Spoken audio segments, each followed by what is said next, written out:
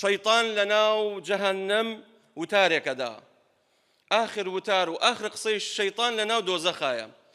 وقال الشيطان لما قضي الأمر إن الله وعدكم وعد الحق ووعدتكم فأخلفتكم فما كان لي عليكم من سلطان إلا أن دعوتكم فاستجبتم لي فلا تلوموني ولوموا أنفسكم.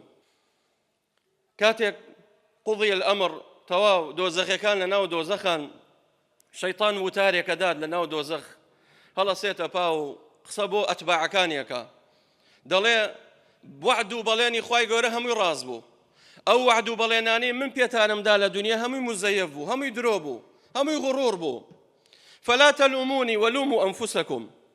لو ملا خوتان بكن من هر أونا بيامشي دنجيبو وسوسيك بو راقيان دنيك بو كلام خفي نهينيك بو فاستجبتم لي إيه والله من تاندايوا بوي لو ما بز لخوتان بكن. فمن وجد خيرا هل وقت شون خوي تعالى فرمي لحديث قدسيك فمن وجد خيرا فليحمد الله ومن وجد غير ذلك فلا يلومن إلا نفسه. بوي الشيطان ليد ناقر براي بريس آقا داربا هنقاوكاني زور بيسا